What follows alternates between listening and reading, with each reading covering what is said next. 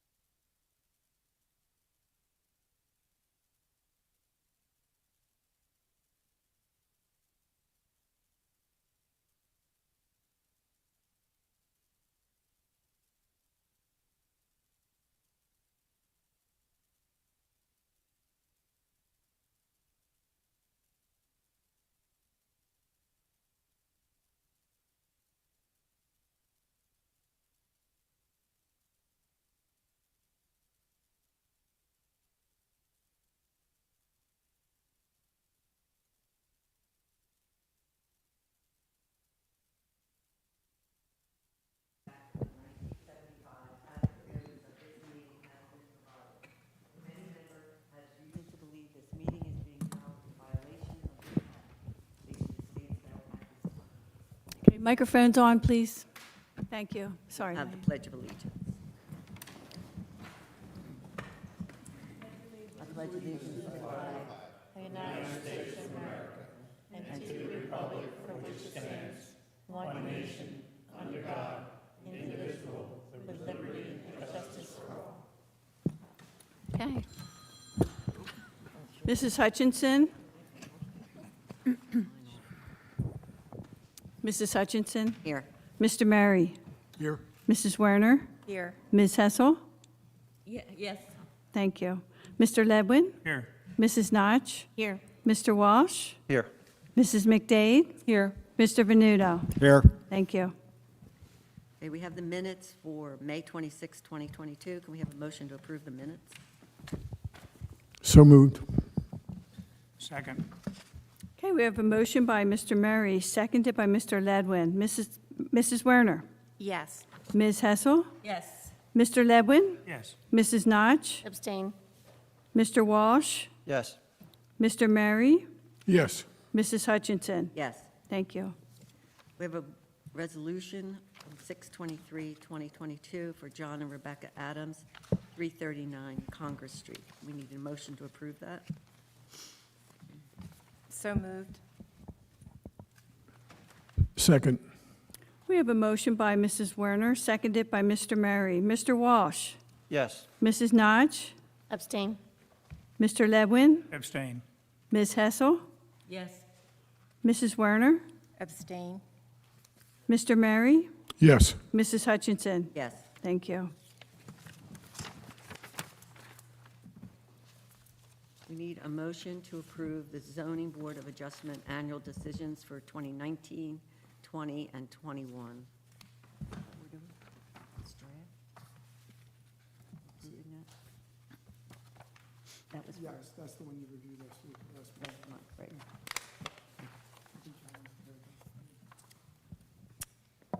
Okay, so moved. Second. Motion by Mr. Murray, seconded by Ms. Hessel. Mrs. Werner? Yes. Ms. Hessel? Yes. Mr. Ledwin? Yes. Mrs. Notch? Abstain. Mr. Walsh? Yes. Mr. Murray? Yes. Mrs. Hutchinson? Yes. Thank you. We have an application tonight for Nancy and Paul Valentine at 1312 Maryland Avenue.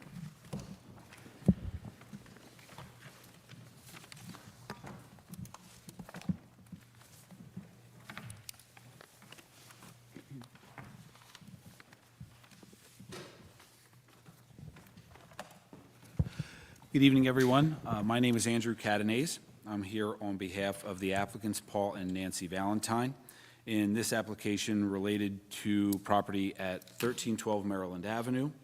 And in this application, this property, which is located in the R2 zoning district, is proposed to be improved with a pool, which would be an accessory to the existing single-family dwelling that's on the site. We've asked for 3 variances in this application. In a moment, I'll talk about a potential fourth. But the 3 that we asked for, the first variance is for distance from the principal structure to the pool. The pool will be in the backyard, as you'll see on the plans in just a minute. It meets the side yard setbacks, it meets the rear yard setbacks, so it's conforming as to the neighbors and their properties. But your ordinance calls for a pool to be 10 feet from the principal structure. It's proposed to be 4.7, so that's the first variance. The second is for lot coverage, which normally we would never ask for, but importantly, 2 things. Number 1, lot coverage will be being reduced as part of this application. And number 2, there will be an engineered stormwater management system that Mr. Schaefer will speak to that will further mitigate the impact of the lot coverage being over what's permitted in the zone. The third is one that the engineer picked up on, which is patio width. Interestingly, your ordinance says that your patios can't be more than half the width of your lot. And there's a small section of the pool deck that wraps around. Frankly, when we looked at it, we didn't think of it as a patio. It's kind of small. We'll talk about that. But to the extent that the board determines it's a patio, we would need a variance for patio width. Now, there was a fourth issue that we did not identify as a variance, Mr. Hurlis indicated, which speaks to the setback to the pool mechanical equipment. It is proposed on the side of the house next to the HVAC condensers, and we believe it complies with the ordinance. Mr. Hurlis has opined otherwise. We'll get to that and explain. So there may be, depending on how you decide this, there may be a fourth variance for the location of the mechanicals for the pool. We have advertised for all the variances, so we have jurisdiction to proceed in all events. We have received letters from Public Works, Shade Tree, and the Fire Department, all with no comment on the application.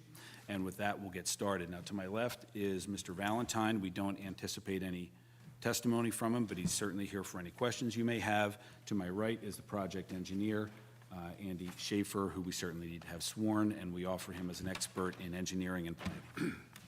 Okay, I'll swear both of those gentlemen in, and also Mr. Hurlis, if you please raise your right hand. The other right. You swear to tell the truth, the whole truth, and nothing but the truth, so help you God? I do. Thank you. Do we recognize Mr. Schaefer? Thank you. Then, Mr. Schaefer, why don't I let you go over the plans, I guess starting with current conditions, the history of the home, and then we'll talk about what's proposed. He'll need his microphone, yeah. Thank you. So to begin with, I'll borrow that for a minute. The existing home was constructed in the 1980s, early 1980s, and then added on to in 2007. And at both of those points in time, the house would have been able to have had a swimming pool placed in the backyard without any variances or any visit to this board. But since that time that the house was constructed and then added on to, the ordinance has changed, which is the whole purpose and reason we are here. So it is a single-family house. It has an existing nonconformity, a front yard that doesn't quite meet the 25 feet. It's 24.7 feet. And it currently covers 52.2% of the lot, where 40% is permitted.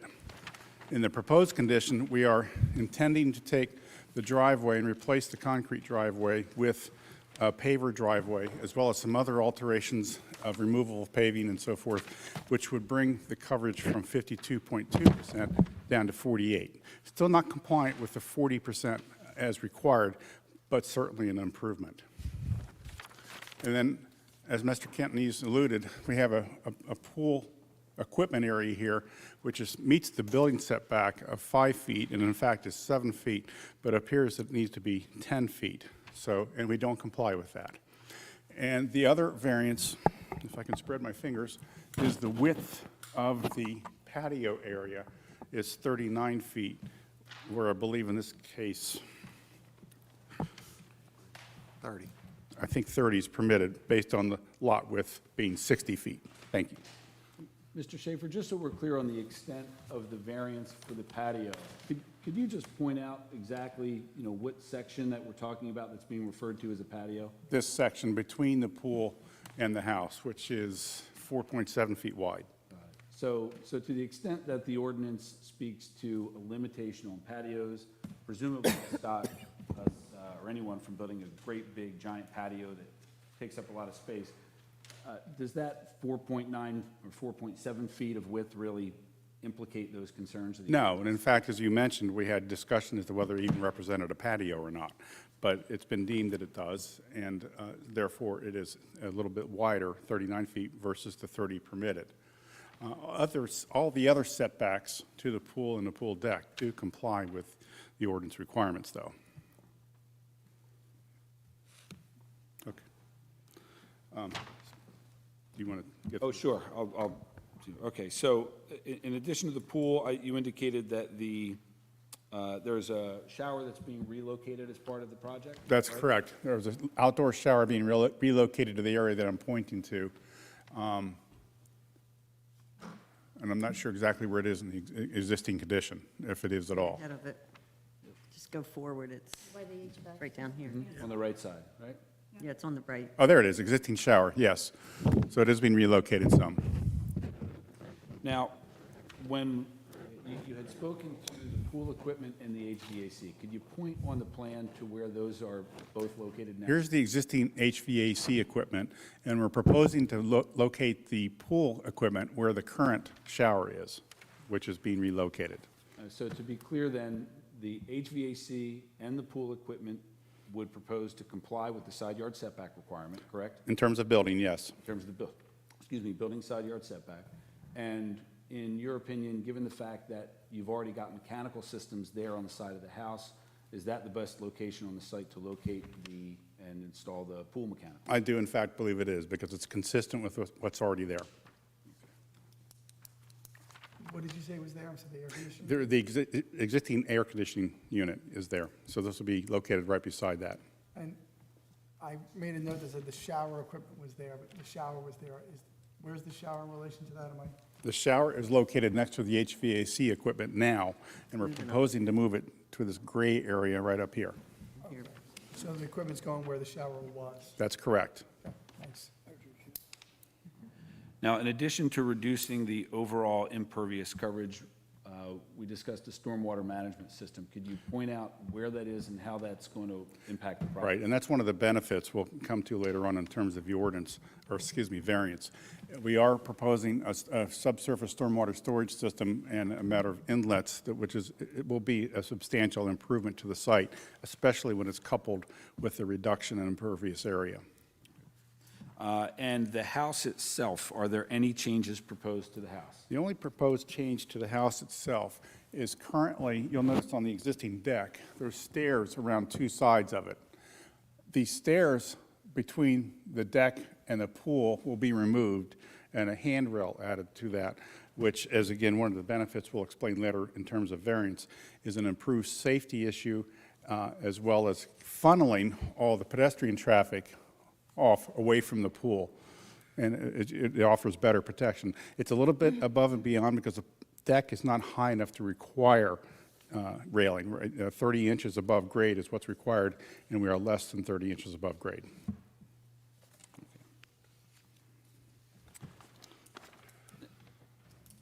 Now, as to the specific variances and the positive and negative criteria that we need to establish, the application has been submitted under both the hardship and the broad C standards. That's correct, yes. So first, let's talk about the hardship. And I suppose we have to start with the question is, well, you know, it's a pool, right? Correct. Where's the hardship? The hardship is in the sense that prior to the new pool ordinance being required, or requirements associated with that, the pool could have been built without a visit to this board. It would have been able to be fully compliant, or you could say back in 2007 and then initial construction 1980, in the early 80s rather, they could have constructed the house such that a pool would be able to be added later on without impacting the house and the ordinance at this point in time. So that's how it's Impacting what part of the ordinance again? the pool setbacks, in particular the setback between the pool and the principal structure itself. Okay. So, But not lot coverage. but not lot coverage. So in 2007, did this, or the prior owner come before the board asking for an additional, to grant, to increase the percentage? You went from 40%, which is approved for the R2, to 52. How did that happen in 2007? I think that predated my client's ownership of the property. When did you Okay. purchase the property? 2 years ago. Okay. Got it. So we don't have any information on Okay. that. All right. Because at some point in time, it would seem that there was an increase in the house, the size of the house, the principal structure, correct? There, Okay. yes, and that was the testimony, that there was an addition put on the house around 2007. Of course, in Cape May, when any purchaser buys a home, they obtain a certificate of zoning compliance. There's no indication of any problems on the site. So we take what's existing on site as pre-existing and certified to, I guess, at least as to the current owner, as having complied. Appreciate the fact that he's got a non-conforming, structure, but the fact of the matter is, it's overbuilt for the current lot size. What You mean the impervious lot coverage? Yeah, Correct. Yeah. But to your question, the house itself, in fact, is below the maximum permitted building coverage, correct? Let me just, yes, it is currently conforming, and we're not offering or asking for an addition to it at this point in time. In other words, when, just on the issue of overbuilt, the home itself is permitted to be 2,500 square feet in terms of 2,500 square feet is permitted, and we're at 2,150. building coverage. okay. Okay, so I understand the lot coverage issue, but the house itself in terms of building coverage, is below Un- what's permitted I in the zone. understood. No, I understand, but you are still going for a lot coverage variance in this, correct? Correct, Yeah, correct. So correct in the current state that it's 52% and it's just going down to 48%. Correct. Correct, okay. So That's- under your plans, the way you're reducing lot coverage is that you are substituting the concrete with the semi-permanent unit. And that has had a large impact, of course, yes. All right. Do you have any idea what the lot coverage would be without the pool? I don't want to lowball. I just want to know if you knew off the top of your head. No, I'm not prepared to answer that. All right. I can in a little while, if you like. Okay, that's all right. I don't want to put you in the spot. Thank you. So again, the house predated the current ordinance, correct? Correct. And in your opinion, therefore, does the ordinance impair the extent to which the home could be used? Between 2007 and now, yes. And then that's the hardship. Okay. Now, we also identified the broad C purposes of zoning, which asks whether any purposes of zoning are advanced by the application. That's correct. Did you identify any purposes that apply Yes, I here? did. If you let me get to my notes.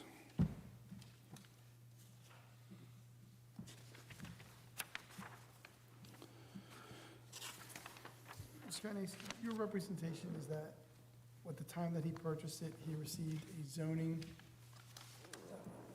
a certificate of zoning conformance, and that made the 52% permitted? No. It says that my client proceeded in good faith, bought the property 2 years ago, obtained a certificate of zoning compliance, has no knowledge of any violations on the site. Okay, but I just want to, that doesn't mean the 52% was permitted as a zoning approval or something. We don't know what 2007's plans look like. Maybe it was on there, I don't know, but I'm just saying that it's just, I think the question is, we're giving credit for going down, but we're not sure how it got up. Right, that's I correct. think that's what they're struggling with. I think that's what Sure. is going through the minds of my cohorts there. So Right. if, but that's what the question is. I want to make This sure I is didn't. probably what put it up. And the only zoning change that's occurred is the new pool regulations that came on. As far as we're aware. Well, frankly, we didn't look, I did not look at the history of the impervious coverage limitations to see when they would have changed. But Well, your testimony was that you could have built a pool in 1980. You can't build one now. Because the testimony was as to the setback, Okay. setback from house to pool. And that was the pool, the newest pool regulation changes that occurred subsequent to 1980. Subsequent, the house was expanded Okay. and the renovation done per the testimony in 2007. And then subsequent to that is when the 10-foot separation requirement came into being between the house and the pool. In other words, if this house was constructed last year, leaving insufficient room in the rear yard for a pool, of course, that would be a self-created hardship. We couldn't come before the board, build a house last year and say, hey, there's not enough room behind the house for a pool. Please give us the setback variance from house to pool. But this house was built to its current size before the 10-foot setback regulation existed. So it's not a self-created hardship, at least insofar as the distance from house to pool. You've raised the issue of the impervious coverage, but it predates my client's understanding and knowledge of the home. I understand, I appreciate that, Yeah. but it still exists. I mean, it's still a current fact and current state. Correct, correct. Can you go to picture number 2 for me, please? Sorry. Picture number 2. This is where the pool's going to be, right? This is where the pool is going to go. This is the current status. These are the stairs that I'm pointing to that will be removed. Understood. And the pool is going to go in this area. So this area is already used for entertainment purposes for the homeowner. So there's a fence there in the back, right? There's a fence here in the back, along the back, Okay, yes. all right. So you're, literally sliding in a 12-foot pool Yes, into this space. yeah, and there are fences on all 3 sides of the backyard currently. Understood, okay. And you're coming out 4 feet from that railing, or 4 feet, 7 inches from here, Correct, where I'm pointing. okay. Can I ask if these pictures are an exhibit or part of the No, application? And we need to mark these, because this is an updated plan, correct? This is the same plan in terms of existing conditions and proposed conditions, but I left off all the construction details, the notes and so forth, and added these photos. Okay, so if we could mark that as Exhibit A1? Thank you. Mr. Schaefer, is it your opinion? And leave that- them, please. Leave them. Thank you. Of course. Is your opinion that the 4.7 feet that's proposed creates a, I don't know, a setup around the pool that is conducive to safety and access and all that other stuff? Can you In address that? particular, one thing I want to point out, there's 13 feet of house that will be within 4.7 feet. And then, so there's no direct access from the house onto that 4.7 feet area. There is direct access from the deck there that exists today that we're taking out and replacing with a railing. So there's no part of this width of the house along the back that somebody could walk out of the house or off the deck directly into the pool, which is only 4.7 feet away from the edge of the house. Let me redirect your question a little more focused. So those pool regulations came from a former zoning board chairman. And he was a firefighter. And the concern that the reason or the intent of that 10-foot separation was so that firefighters or emergency personnel could get in between the building and the pool and get ladders up to the second floor. Correct. So is that feasible with your plan? Well, based on the fire department approval, I'm not a fire expert, so I really truly don't know, but apparently they have not taken exception to it after reviewing the plan. And I think that's the important part, that the fire department has seen this, they have no comments, and they have no concerns on the application. That's a problem. What's that? That's a problem. That's a problem for me. That the fire department, I'm sorry, that the fire department did not comment, you mean? Right, I have a problem with that. I have a question about, the pool is supposed to be 10 feet from the line. From the, What from the, about- from the principal From structure. the principal structure, but even the back part and then the side, you have stepping stones. They're further away, and so they're in part of that 10-foot separation. Is that 10 foot supposed to be from the fence to the edge of the pool, or is it 10 foot from what you're going to put here, the stepping stones along the pool? There's stepping stones which are on the say around the back and on the side. Between the Did back that- fence and the pool. Is it 10 feet from the edge of them to the property line, or is it 10 feet from the property line to the pool? It's 10 feet from the property line to the edge of the pool. All right, it doesn't matter if you're going to have stepping stones or a patio, anything on that area, on the ground. Greg? The way the ordinance reads is it's a 10-foot setback requirement for the pool and patio connected. So it's not connected to the pool, so the setback doesn't apply to those stepping stones. Okay. All right. Can I ask you a question about indeed, the fire department did approve this. Procedurally, when they go for an approval, do they have privy to these plans? Yes, I have a problem with If you know. Oh, you mean, did the fire, In other words, I'm not saying what Alex Calder actually looked at, but Did he look at did he have this? access to the plans? I certainly think he has access to it, of course he has access to it. Can I tell you whether he looked at it? Of course No, not. no, I know that, but he did. It's a procedural question. He does have access to the plans when they do it. Okay. You know, the interesting, I recognize what Mr. Hurlis said and the general consensus that this was a fire safety issue. But what's important, there are two things that are important. Number one, New Jersey is governed by the Uniform Fire Code. This will comply with the Uniform Fire Code. It can't violate the fire code. So, of course, we should be concerned with fire safety. That's a valid point. But where the project will comply with the fire code, where there's adequate access per the testimony, and where the fire chief has signed off on the application, we respectfully propose that fire access is not a concern in this case. Okay, well, did it's any- just a procedure. I mean, we have to take it on its face that Alex Calder looked at the plans and he approved it, and that's the way that we see it here. Okay. Was there any consideration given to removing this deck? Taking that out of there? Since you have all this other patio, you're going to have that outside kitchen. The deck in the rear, I assume you're Yes. Okay. And if you had moved the pool in that direction, put the kitchen down there, you probably could put that pool in there that way. Does the I just pool? don't oh. understand why we should go against an ordinance that's created. I mean, it's half the space that's required.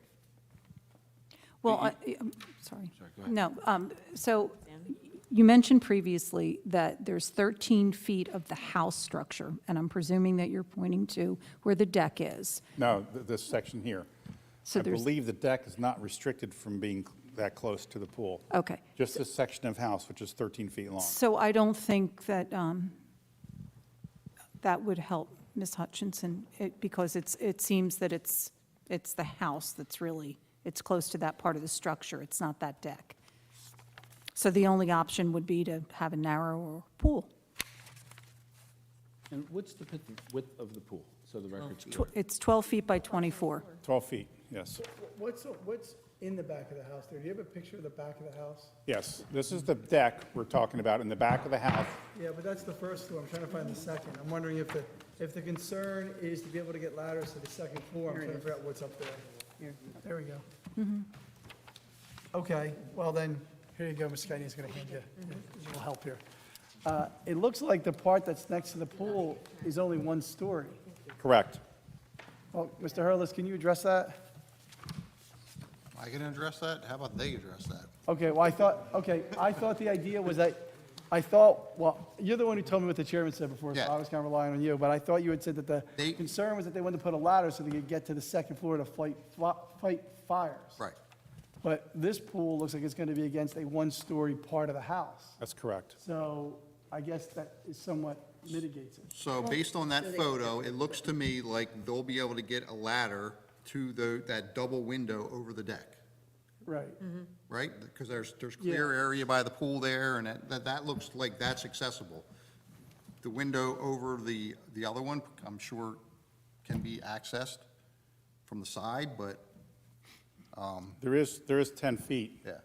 to the side of that 1-story section, as well as access to it from the deck, the roof of the 1-story section. I mean, I'm not an engineer, and I didn't know this about the origins of this thing, but it just sounds to me like if the idea is, I think they're envisioning like a 2-story, they gotta get to the window where there's a little thing that says save the baby, and they can't get the ladder, Right. like, on the angle to get there, that's what I think. That's the intent, and it originated with Arnold Pittman. He used to be a zoning board chairman. It started as a recommendation from the zoning board, recommended to the planning board, and then the planning board made a recommendation, and it was incorporated. It's incorporated as a zoning I change. like it. So, but yes, the intent through the discussions was fire safety and emergency personnel being able to access, so. Also, Craig, if I remember correctly, that house that created this, it was a very tight backyard, and that house just went straight up, and they couldn't get And the pool was right up against the right back up of the against the street. house, and they couldn't get it in, so that's why they instituted that.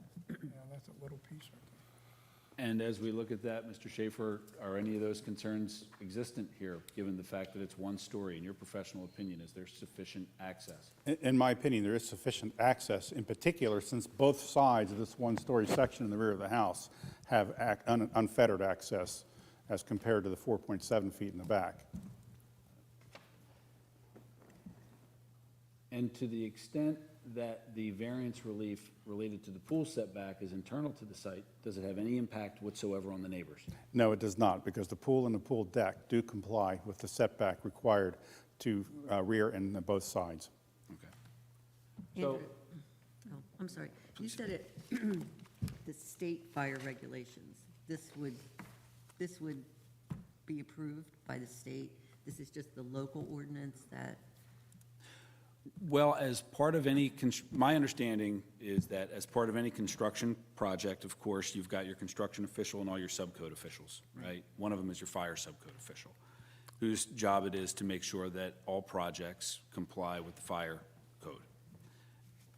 That's our point, is that we believe this does. If it doesn't, it won't get a construction permit under a whole set of codes and regulations that are designed to protect fire safety.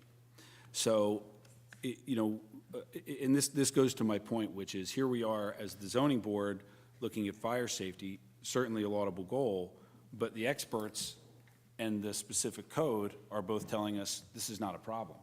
Yeah, but we have an ordinance. Yeah. We got to follow the ordinance unless we give a variance. So I appreciate what you're saying, but we don't decide if that's a good idea or not. Someone else decided that already and said that 10 feet is something that, I completely understand. no, I'm not saying don't grant a variance. I'm just saying that we can't say, well, the fire code seems to cover that, so we'll ignore that ordinance. It's there. Oh, no. We've got to deal with it. But I certainly understand. I think We've- the reasoning has been addressed. The structural dynamics seem relevant, so. Hey, we're here because we need the variance. We understand. We understand. And of course, you've heard the testimony on that issue and on the hardship created because of the pre-existing and lawfully existing home. Mr. Schaefer, in addition to the pool setback, we've talked about the lot coverage. So again, it's not going to conform, but it's going to be reduced, right? It's going to be reduced, and it'll be mitigated further by the stormwater management storage that we are providing or proposing to create. So do the changes that are proposed present an opportunity for improved zoning on the site with respect to lot coverage? Yes, improved zoning in terms of lot coverage and improved impact to the neighborhood in terms of reduced runoff from the site that could potentially go off-site because of the reduced coverage as well as the stormwater management being provided. Okay. Now, the third variance we identified was that patio width issue, right? Correct. Now, of course, that is part and parcel of the lot coverage discussion, is it not? Correct.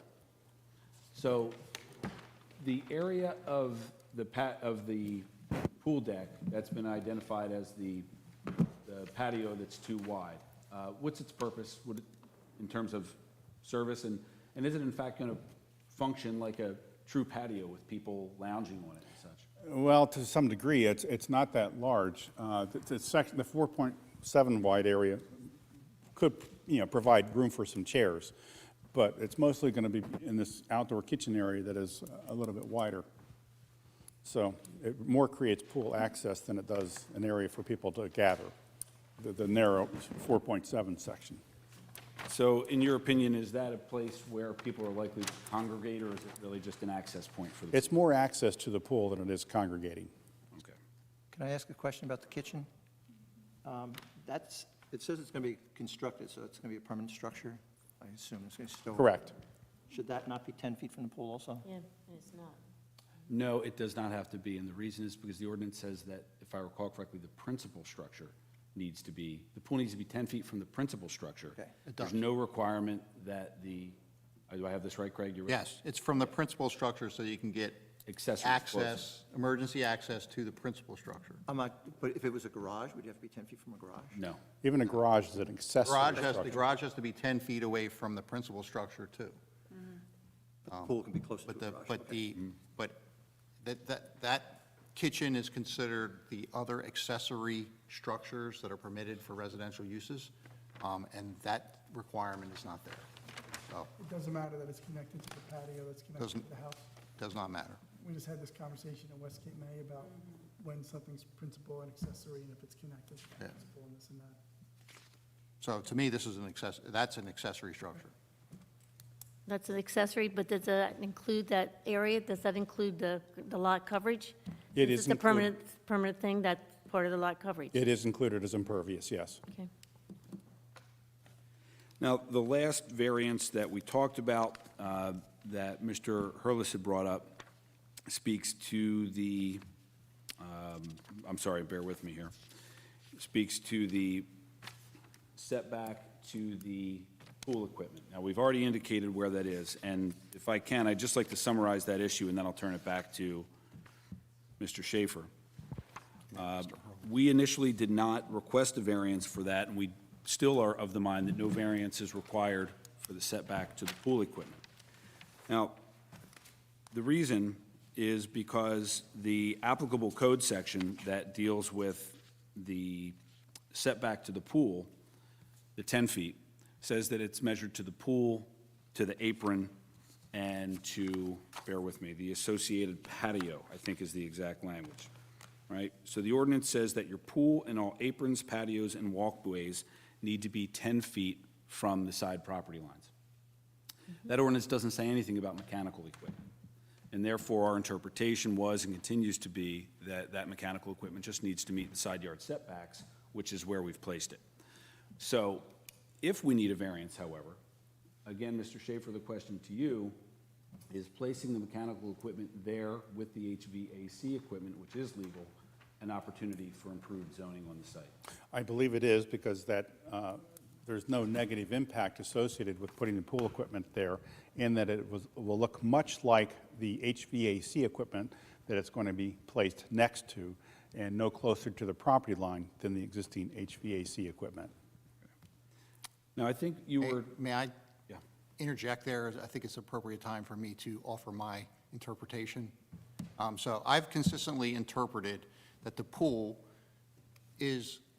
structure includes all the things that make the pool work, the pump, anything like, lighting boxes, heaters, anything like that.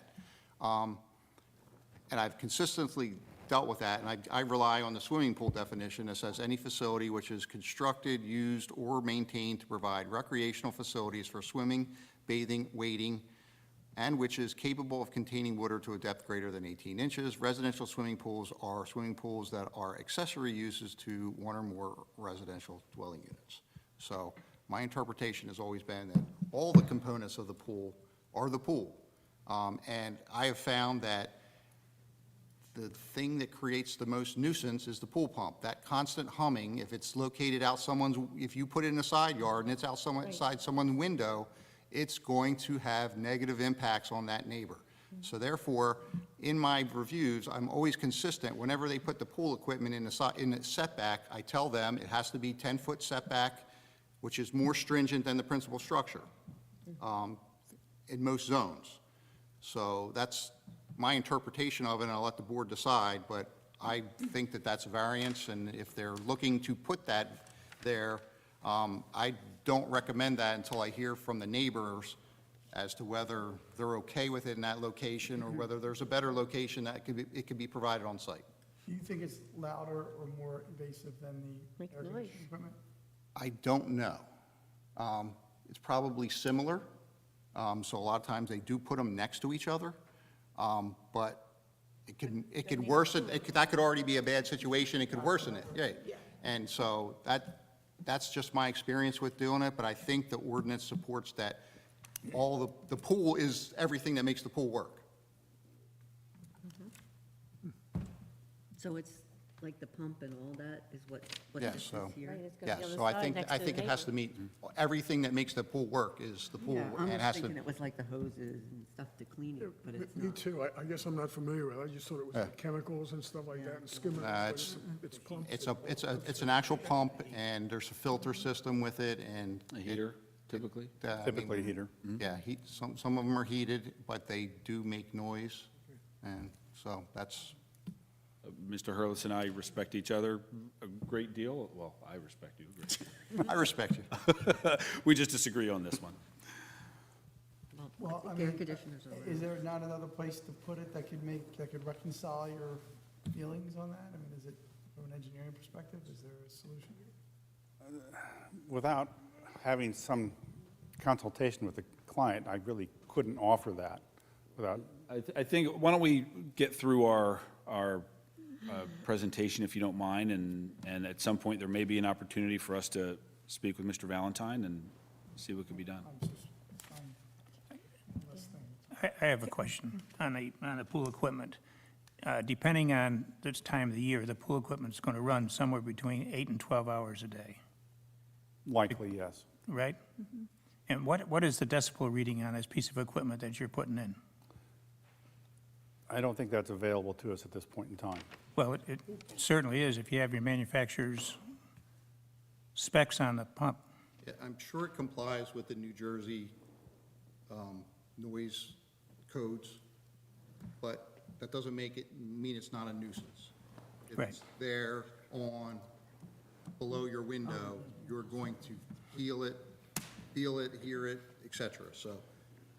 I guess I would consider offering, instead of moving it back an additional 3 feet, which would have very little impact on the noise it makes at the property line, that we offer a sound attenuation fence box around it that would have a much larger impact on the reduction of potential noise that would come from this unit.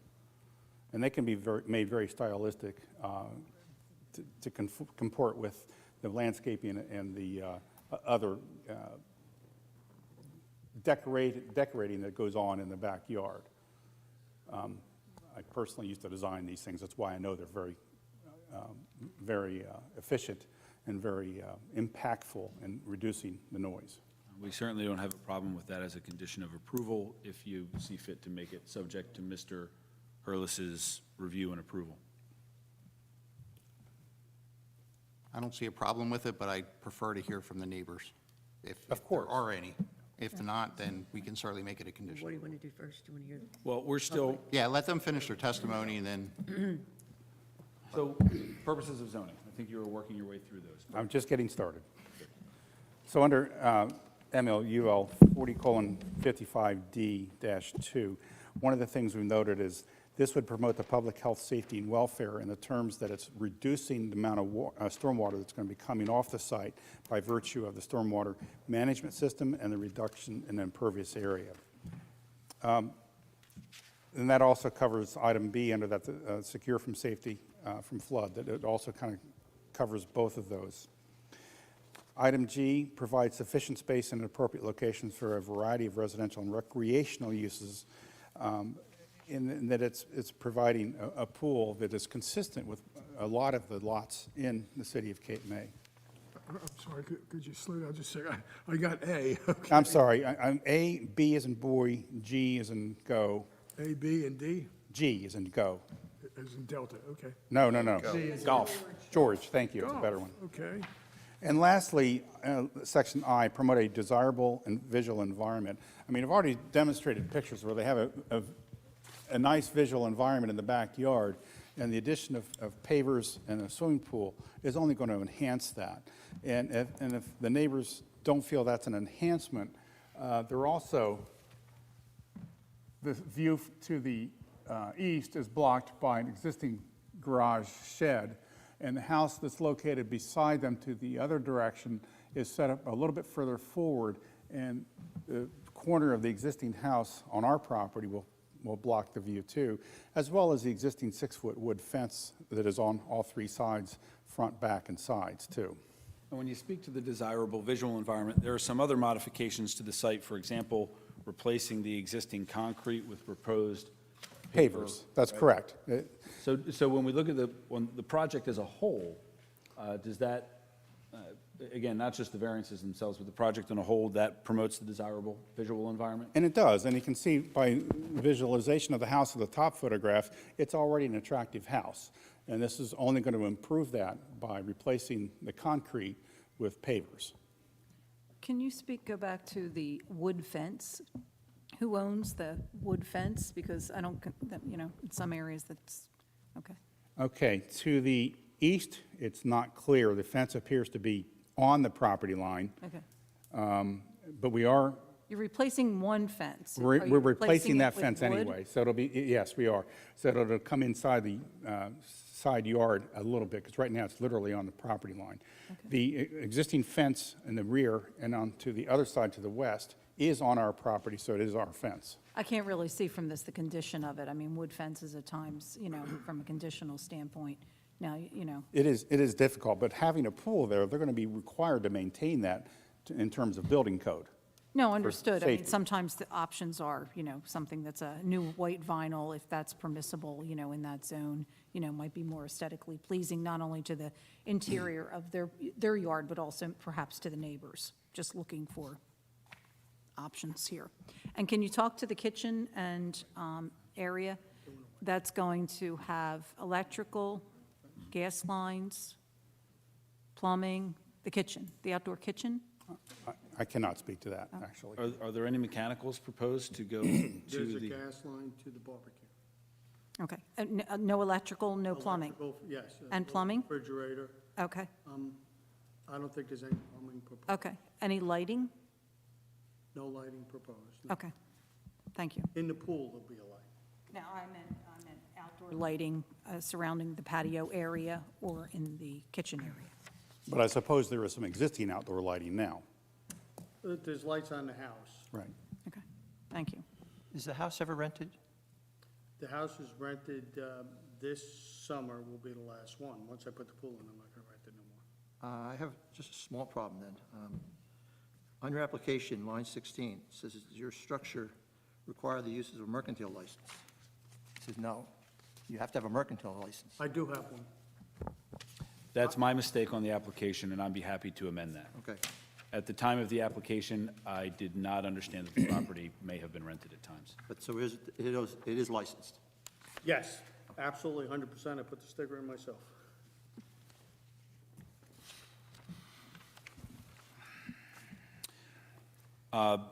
The evaluation of the application also requires us to consider the negative criteria. Certainly. So does the relief requested substantially impair the intent and purpose of the zoning plan or zoning ordinance of the city of Cape May? It does not substantially impair the zoning plan or master plan of the city of Cape May. Tell us why, please. Tell us why. Okay. Again, a pool is a normal thing in the rear yard of a house. The only thing that's impactful here in terms of variances related to the pool is the distance to the house, which does not have any outside impact on other properties. And given that we are providing other access to that single-story area near the pool, it doesn't impact fire prevention or fire fighting. When we speak to the impervious coverage variance, because it is an improvement on site, is it fair to say that the variance requested will not substantially impair and negatively impair? It will not negatively impair, and in fact, it'll positively, that's not right. Affect. Positively affect, thank you. Right. Because it's pre-existing nonconformity. It's a pre-existing nonconformity that we're improving. What is a pre-existing nonconformity that you're approving? Impervious coverage. In two ways. One, we're reducing it, and two, we're providing stormwater management that it doesn't currently have. Could somebody tell me what, You're reducing the current lot coverage, Yes, and you're incorporating stormwater management. that's correct. Correct. So both of those are a step in a positive direction, actually more than reducing the coverage from 52.2% to 48. There's an impact that would have an effect of reducing the impervious coverage even more because we're providing the stormwater management. excuse me, could you tell me what this building, this structure is in the, probably the south corner? It's, nothing's on the plans, but in one of the pictures where there's a tree back in the corner, as you're looking at your plans, it would be the left-hand corner in the back? This corner? What is that structure? That is a yard inlet. It's a small box that has a grate on top, and it's part of the stormwater management system to accept. Small box, looks like it's got a roof on it. I think we must not be talking about the same thing. I don't think she's talking about your plan. she's showing the picture. On the ground, I'm sorry. picture. Right where the tree is, which no, don't mention wasn't that. This tree's gonna tree? be affected. No, This that's the building. neighbor's. Oh, that's a neighbor? Right. If I could point to it on the plan, it's this garage here on adjoining That lot. fence is back? The fence is behind their garage? Yeah, it goes to the back. It looks like it's on their property, to me. Well, the lot is only 60 feet wide, so everything would appear fairly close. Can you just clarify something you just said about that there's already stormwater management on this lot? No, there is not already Okay. stormwater management that's proposed. No, I understand that. There was a mention of a box in the back corner. Yes. The What box is that? Well, I'm pointing to, there's actually three of them. There's one here in the back corner, and then a small one up front with a grate on them. Those are proposed. Okay. Those are All proposed, yes. proposed. We had a lot of confusion on that conversation. Yeah. The box that was being referred to turns out was the neighbor's garage. Mr. Schaefer thought it was the proposed stormwater inlet boxes. Did I get that right, Andy? Yes, you did. Thank you. All right. So In your opinion, is the extent of the variance relief being sought substantial in this case?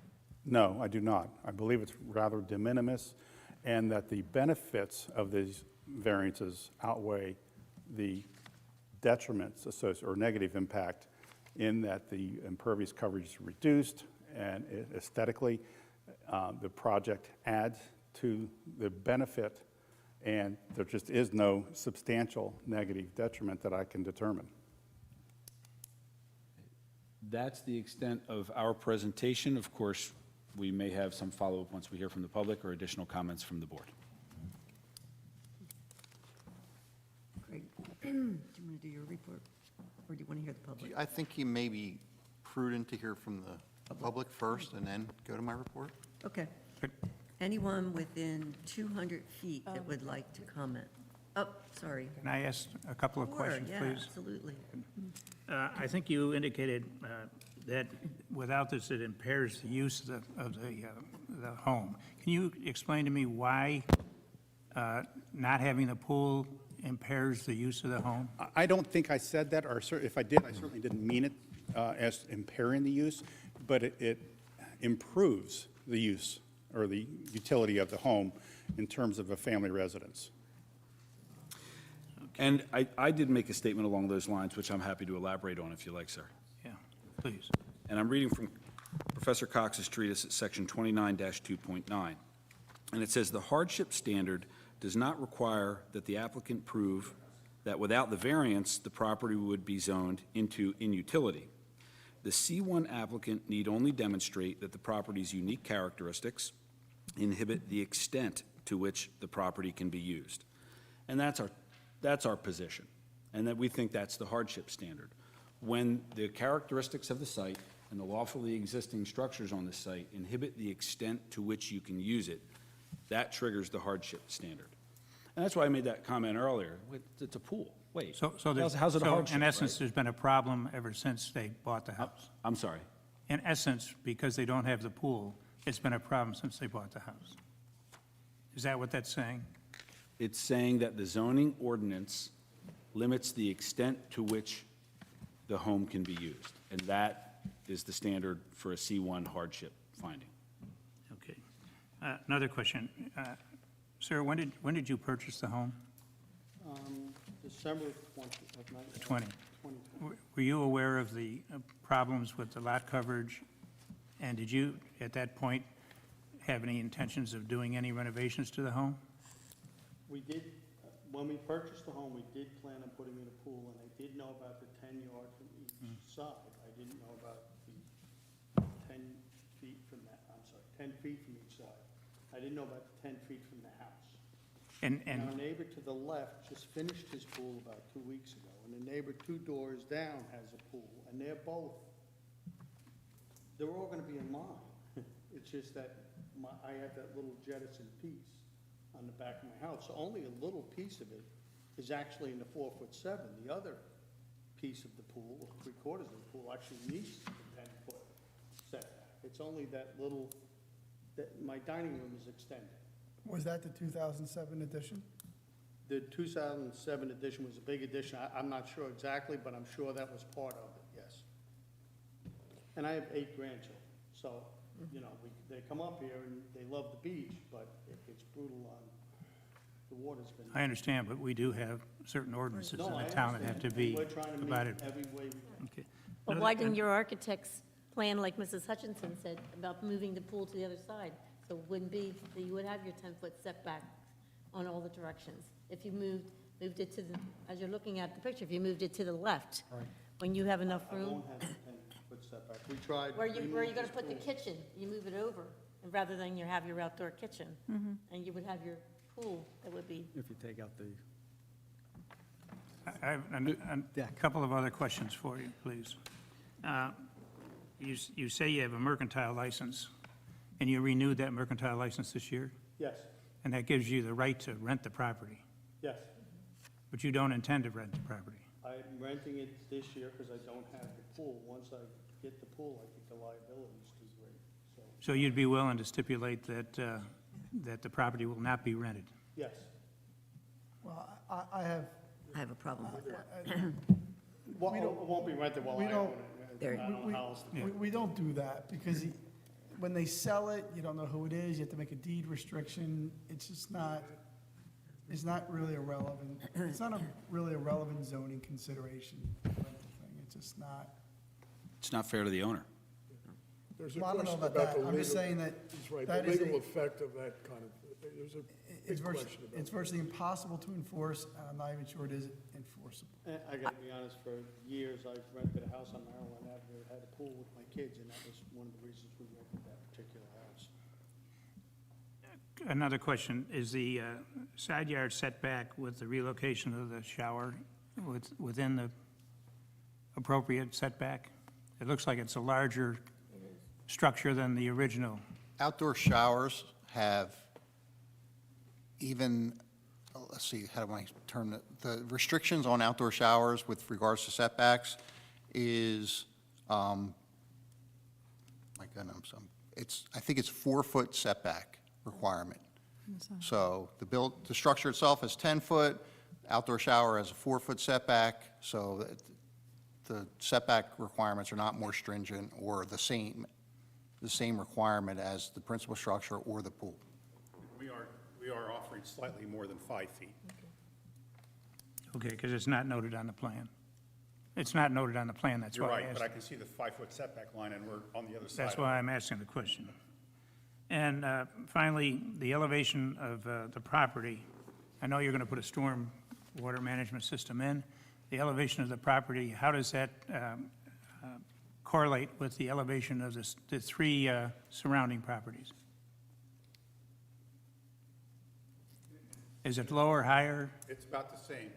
It really is. I mean, the So the- actual so the- house itself is higher, but that has to be in order to meet code. So the stormwater mitigation will alleviate any runoff into the neighbor's yards? It'll lessen it, yes. Okay. Thank you. Any more questions? Anybody else? Yes, I just had one more. You talked about the variance under the hardship, but you touched on the substantial benefit.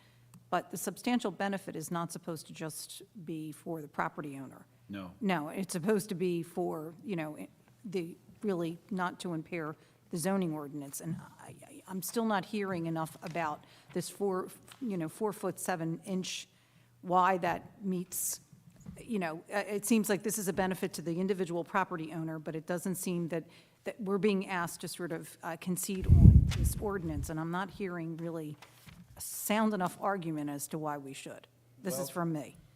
The real basis of that variance request or justification is not so much the advantage, there is an aesthetic advantage for sure in the overall project of what we're offering and doing, but the real pragmatic sense here is there's no negative impact to the neighborhood provided by the granting of this variance and the construction of the pool and the construction of the pavers in the front driveway. Okay. And if I can be clear, the standards apply differently to the various aspects of relief. The distance, the variance being sought for the distance from the principal structure to the pool, we believe it's both hardship and the purposes of zoning, two different standards.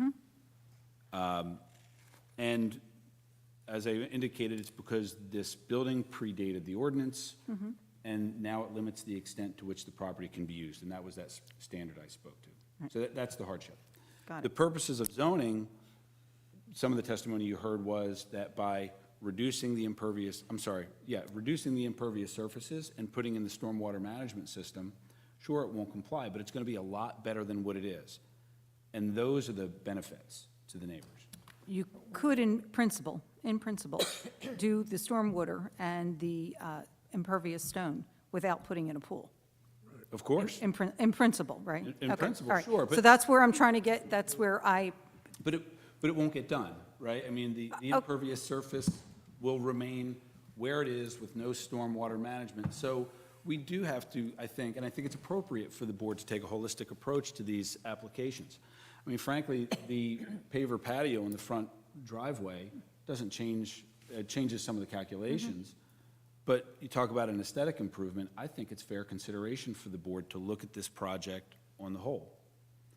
And that's our point. You take those benefits and you take those detriments and you balance them. Understood. And- Just trying to find my way there. Yep, I got it. And I am always open to those discussions. I try to see one thing laid out, because I just want to make sure I understand it. I'm not offering any opinion about it either way, but the idea is that the house was built, and then an ordinance came about the distance to the pool, and you're saying that that is a hardship because the location of the house makes it difficult to put a pool 10 feet from the house. Correct. Okay, so I guess for me to get that in a way that's going to be sensible and hold up, when was the house built? The testimony was that it was built in 1980, that it was renovated in 2007, and I will place on the record, I'm happy to give you a copy, the ordinance was amended in 2009 to require the 10 feet from the principal structure to the pool. And that was that point I said that if you had built this last year, we certainly cannot stand before you, right? That would be a self-created hardship. You can't build a house, not leave yourself enough room, and then come to the board and say, hey, give us variance relief. But where the house and the conditions predated the ordinance, that's different. That's not a self-created hardship. That's a real hardship. And that's why it falls into the C1 standard as well as the C2 purposes that we spoke about. And under the C1 standard, the pool has to go here. Well, has to what? Well, I think our position is that the pool was designed, I believe, and I think the testimony says this, to respect the 3 side yard setbacks to the neighbors, so that the variance relief is internal to the site and doesn't impact neighbors in any way. Okay. Did that answer your question? You're Sort of. saying it's impractical to put the pool anywhere less than 10 feet, given the side yard restrictions? It's, with the side and rear setback of 10 feet, it would become more impactful to the neighborhood in a potentially negative sense if we were to put the pool, say, 5 feet from the property line to create something closer to 10 feet between the pool and the house. Fair enough to say that this design prioritizes the neighbors over the property owner. That is correct, yes. Thanks.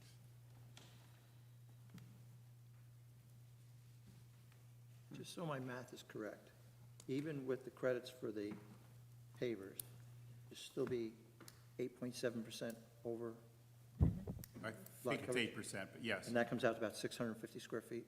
I think. That's what your plan says. Okay. 652, 8.7. So I just want to make that straight in my head. Okay. Anyone else have any questions? Okay, at this time, I'm going to open it to the public. Anybody within 200 feet that would like to speak, come up to the podium.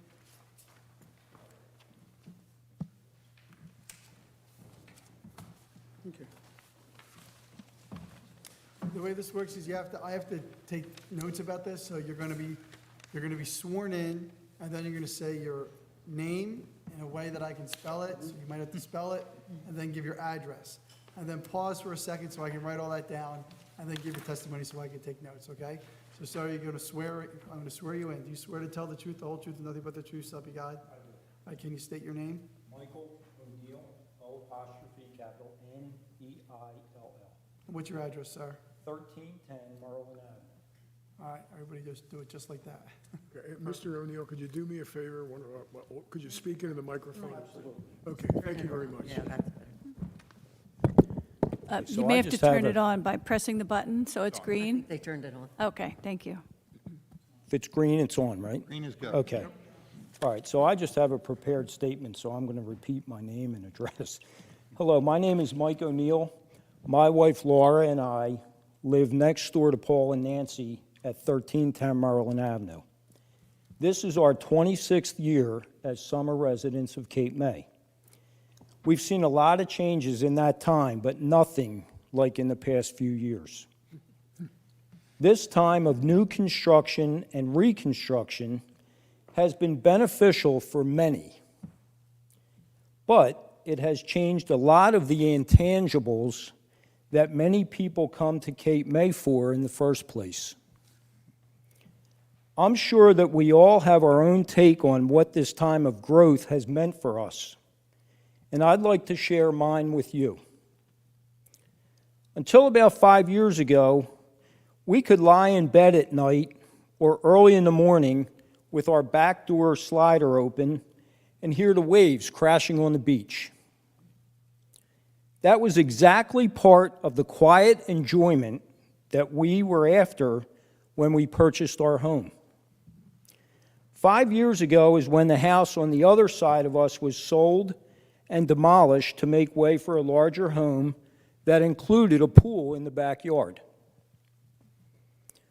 When it was completed, what we had for nighttime and early morning background sounds was 24/7 pumping of pool equipment from early May until late October. Whether anyone was there to enjoy those amenities or not. My purpose in coming to this meeting tonight is to encourage the members of the zoning board to please give serious consideration to what this proposed project will mean for the neighbors whose quiet enjoyment of their own homes will be negatively affected by it. It's my understanding that one of the number of variances being sought here this evening is to allow the pool equipment required to filter the pool water to be placed about 10 feet from the entrance to my home. If that's granted, I guess we can forget opening our door for some fresh air or enjoying a conversation on our front porch without the 24/7 pumping noise of that pool equipment. I'm not opposed to the Valentines getting their enjoyment from their home, the enjoyment that they came here for. What I am opposed to is them getting it at my family's expense. I'm not an architect or a planner, but it seems to me that a project like this that requires so many variances on a property that already has a greater lot coverage than is allowed in this zone could benefit from being reduced in scope to find a way for everyone trying to get their quiet enjoyment at their vacation home. One thing that I will add to the statement that I had prepared is that it's been stated a couple of times here tonight that there is, like, what a benefit this will be for the neighbors, and that there is absolutely no negative impact on the neighbors. I strongly disagree with that statement. The pool equipment will be if this is granted and it's approved, this pool equipment will be probably from about where I'm standing to about that TV, to give you a good sense of, space. There's a lot of noise that goes along with that pool equipment, because I know that because my neighbor on the other side has pool equipment that they run 6 months a year, whether they're there or not. I've said that the second time because this gentleman said that, well, it makes a lot of sense to put the pool equipment there because it's replacing the shower, and they're both basically about the same thing. The shower is used when there are people at the house. The pool equipment goes 24/7. So I'll just ask you to keep that in mind when you're rendering a decision for this application. Thank you very much for your attention and for your attention to this. I appreciate it very much. Thank you, Mr. O'Neill. Anyone else within 200 feet?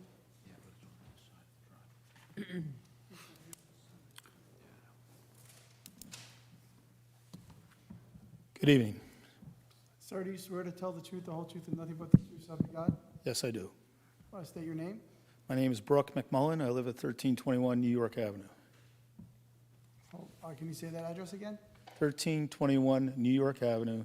My last name is McMullin. Ooh, I had it wrong. Got it. Thank you. Thank you for the opportunity to address the board tonight. As I mentioned, we've been residents of 13 New York Avenue since 1981. Our property is adjacent to the property at 1312 Maryland Avenue. New York and Maryland Avenues have been wonderful, peaceful neighborhoods for many years. Recently, a pool was built behind a house on New Jersey Avenue, and an additional pool was built 2 houses away at Maryland Avenue. Since the construction of these pools, noise and nuisance has drastically increased. We can hear people enjoying themselves late in the evening, and several of our neighbors have had to call the police. This fall, after returning to our house, we saw a pool had been built at the house directly behind us. We were never notified of its construction, and we were wondering if it actually was approved by the board, if there was some variances that were associated with it. Their neighbor, located at 1312 Maryland Avenue, is now requesting a variance to build a pool. Pool located at 1312 Maryland Avenue will result in 3 of 4 houses having backyard pools, creating an increased nuisance and noise and nuisance for all our neighbors in the area, particularly those that back up to or adjacent to these properties. The Maryland Avenue pool will be built in close proximity to our property, an area which is no more than approximately 1,000 square feet. The small backyard directly abuts the corner of our property. Between 2007 and December of 2021, this home had been utilized as a vacation rental to large groups, many of which held weddings in the backyard, small backyard, and we've had consistent problems with noise from the property during that period. We also wonder, since this was a rental property, why a pool had not been built to enhance the rental revenue. The answer is because it's not permitted under the zoning regulations. I've been a firefighter for 40 years.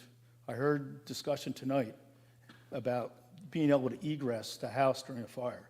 I can't speak for the Cape May Fire Department, but I can certainly tell you 5 feet, you can't put a ladder up to a 1-story roof or deck and do that safely.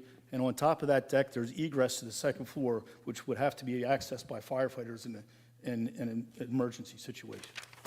I only speak for myself in that regard, but I would strongly suggest that the plans get approved by the fire department before this is even considered any further. We acknowledge that a property has changed owners and are told that it will no longer be rented, but we heard tonight that he's applied for a mercantile license, so there's no guarantee that it won't be rented.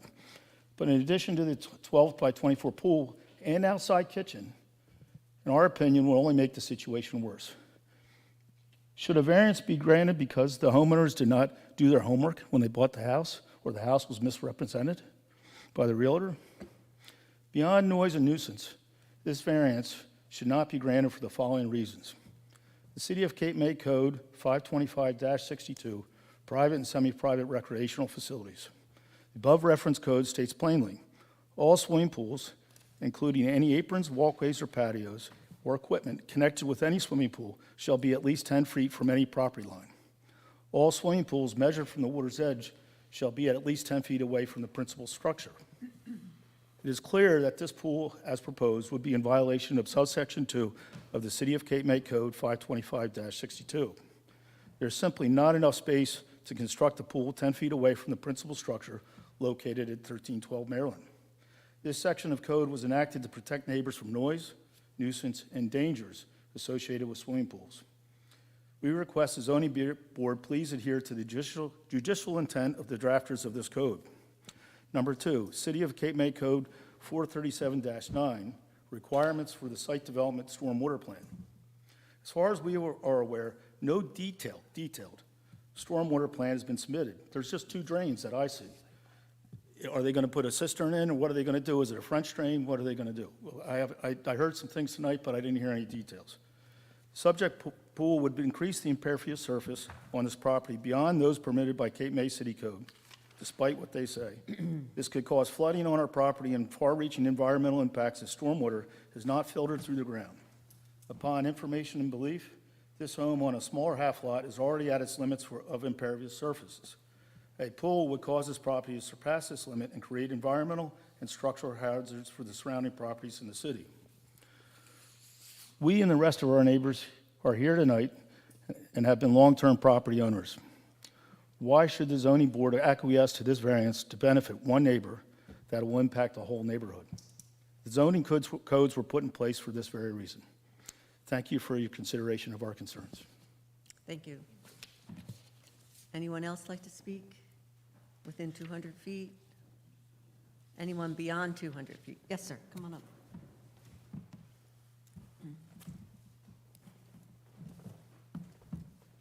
Sir, do you swear to tell the truth, the whole truth, and nothing but the truth? I do. Can you state and spell your name?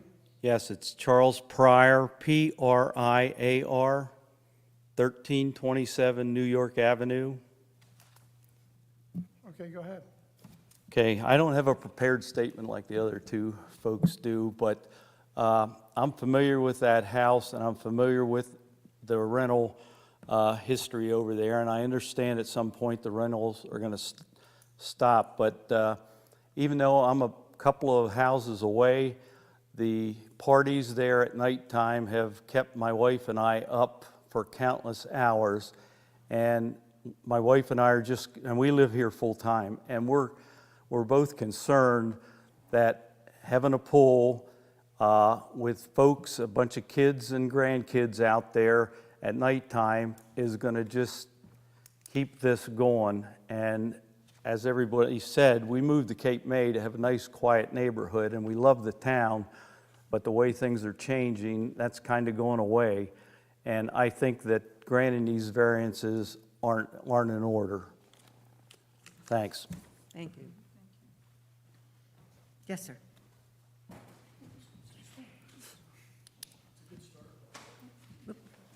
Paper. Drop the whole one. Thank you, Craig. Sir, do you swear to tell the truth, the whole truth, and nothing but the truth, so help you God? I do. Can you state and spell your name? Hunter Cochran,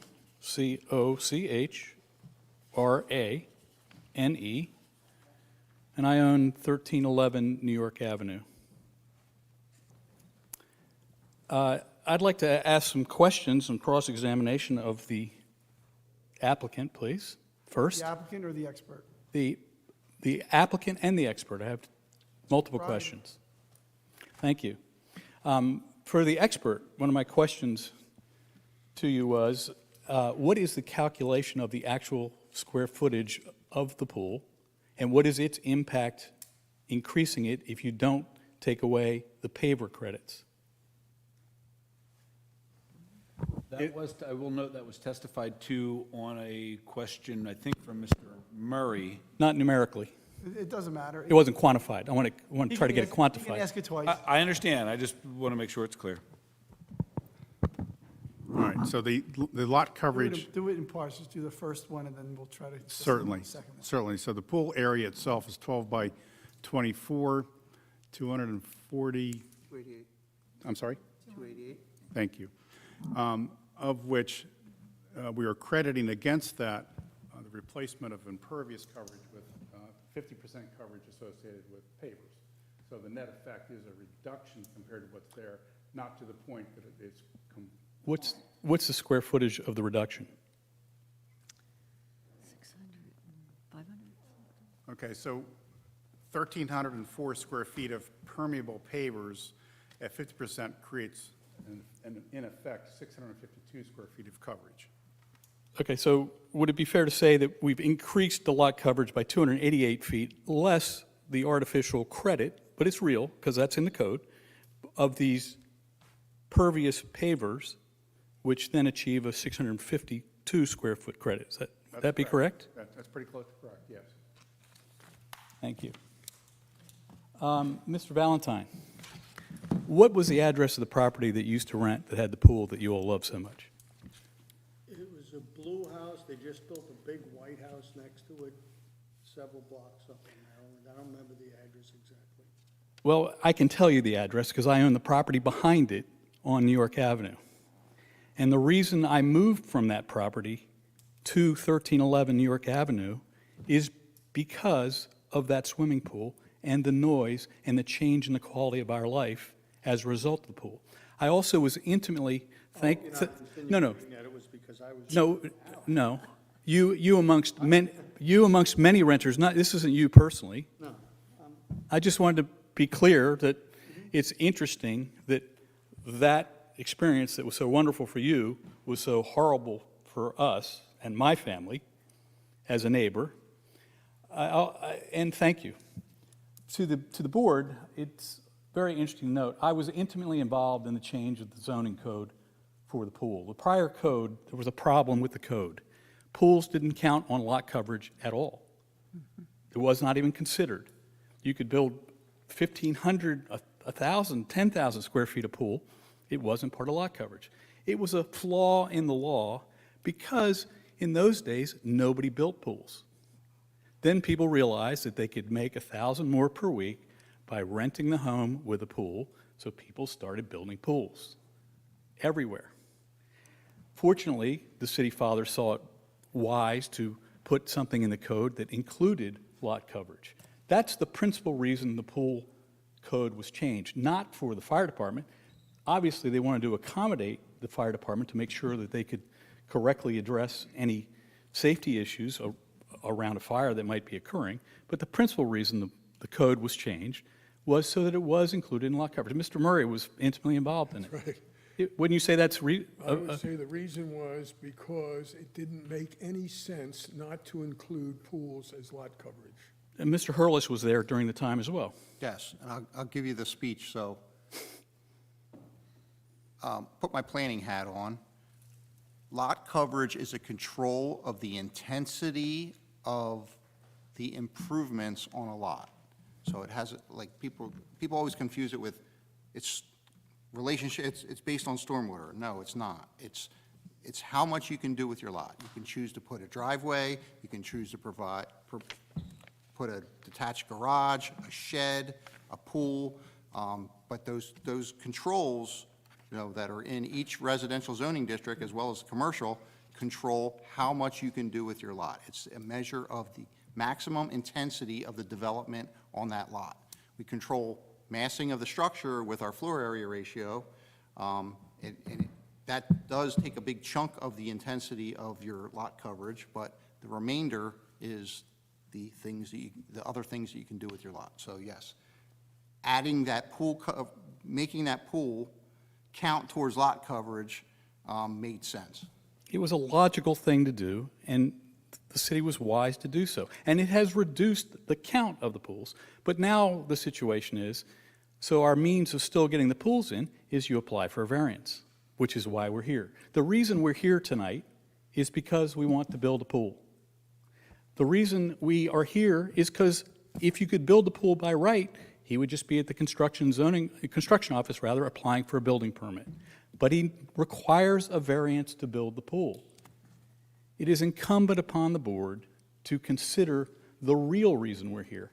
And to think that, yes, they are improving the stormwater management on the property, which is laudable, but it really isn't what the issue is. The issue is the quality of life as a resident in Cape May. I'm proud to say this is my 67th summer in Cape May. Now, it may not be more than everybody in this room, but it's more than most of the people in this room. And I've experienced the change in Cape May. And the very thing that the first gentleman spoke about, that appealed to them 28 years ago, we are losing that element of Cape May that was so special about the place. And one of the reasons is because of variances like this. And this isn't personal. I understand why you would like the pool, but I also understand why I wouldn't like the pool. And I also understand why my other neighbors wouldn't like the pool, because it will reduce our quality of life. And it will reduce the quality of life in Cape May. I, for the life of me, don't understand why you'd want a pool in the first place. We're at the beach. Now, I really know the answer is because little kids love to go in pools. If they have a pool, they'll spend the whole day at the pool. They don't go to the beach, they spend the day at the pool. Mine did that at the time when they were that age, then they grow out of that. Anyway, I think everyone understands the point I'm trying to make, and I think it's a very, very, very important point. Ultimately, the last thing I'd like to say, my argument is this application is increasing lot coverage because of the pool square footage. It's an artificial argument. It's technically accurate, but it's an artificial argument to say these impervious pavers improve the lot coverage. The fact is, the lot coverage is still going to exceed what the code is, period. Therefore, you should turn it down. There is no compelling hardship. The only hardship here was created by the prior developer, not the change in the pool zoning code. That's not the hardship. The hardship is this lot was overbuilt to 52% lot coverage when it was developed. That's the hardship. But you knew that when you bought the house. My statement would be, go buy a house that already has a pool, that's already complies. That solves your problem, and solves ours too. Thank you all very much. Thank you. Anyone else? Anybody beyond 200 feet? I would close it to the public at this time, correct? So my latest review memorandum for this application is dated April 27, 2022. This is a project located at 1312 Maryland Avenue, which is in the R2 low-medium residential district. So I'm going to roll right into the completeness review. The applicant has already told us what he's doing with this project. So there were 4 waiver requests, items number 4, 22, 23, and 33, and I did support those based on the nature of this application. So I did support granting this application and recommend deeming it complete. With regards to the variances, there are 3 variances that are identified on page 3 of 4 of my report. The first one is for lot coverage. The existing lot coverage is 52.2%. It's existing non-conforming. 40% is the maximum permitted in the R2 residential district. 48% is proposed. Excuse me. And that reduction is based on the conversion of impermeable surfaces to paver surfaces that take advantage of that 50% credit. And you've heard testimony from the applicant that they are mitigating that overcoverage with one of the negative impacts, which is surface runoff. They've provided a subsurface infiltration system that is designed to infiltrate the specific design storm, and in anything in excess of that discharges it out to the front Maryland Avenue. And that's one of the issues that we have with these blocks, is that there are low areas in the backs of houses where that water can never get out. So this system addresses that. It's not required of the applicant, but this is something that they're proposing along to justify the variance. So in my opinion, that is an improvement over the existing condition. With regards to the swimming pool distance from the structure, we've heard testimony with regards to this. The setback from the principal structure requirement is 10 feet from the pool. 4.7 feet is proposed. You've heard testimony from the applicant indicating they feel that adequate room is provided for emergency access. They also, we do have a review from the Cape May Fire Department. I would hope in the future that they start elaborating on their approvals or denials or approval with conditions with the specifics when it comes to these swimming pools. But we don't, absent of that, they approved it with no conditions and no comment. So we don't really have much to go on other than their approval. The last variance that I have listed is the patio width. That says no structure may have a width which exceeds half of the lot width measured at the building setback line. That lot width is 60 feet, so they're allowed half of that, 30, and the patio width at the longest area is 39.1 feet. So those are the 3 variances I identified in my report. We did talk about a 4th. I did not support that. And I'll get to that in my general review comments, which I'll roll into now. Item number 1 details the stormwater system. I asked them to add a note requiring that the system be inspected prior to backfilling. So that should be a condition of approval. Item number 2 is the identification of the pool equipment locations. And Mr. O'Neill, in his testimony tonight, summed up my concerns. You know, everyone wants to put a pool, would stick that pool pump far away from their pool or and along their side lot line or rear lot line, and it impacts neighbors. And this is why I always consider that pool equipment is the most objectionable part of that pool often. So that's why I consider it's part and parcel of the pool structure itself. So therefore, I always recommend that they comply with that requirement. It's one of the complaints that I get the most whenever I do inspections. So in this case, I recommended that they do comply and provide that 10-foot setback. So if they can move that pool equipment somewhere on the lot that meets that 10-foot setback, we would support that, but otherwise, I do not support that variance. Okay, the remainder of these conditions, or these items are standard conditions of approval. Item 3, pool safety fencing has to be provided and meet the code requirements. 4, sidewalk adjacent to the subject site should be replaced to the satisfaction of the engineer. 5 is the required to provide an inspection escrow and tie the certificate of occupancy to an acceptable inspection. 6 is compliance with the Cape May Shade Tree Commission. I'll add in, gave approval with no conditions, and that is dated 4/1/2022.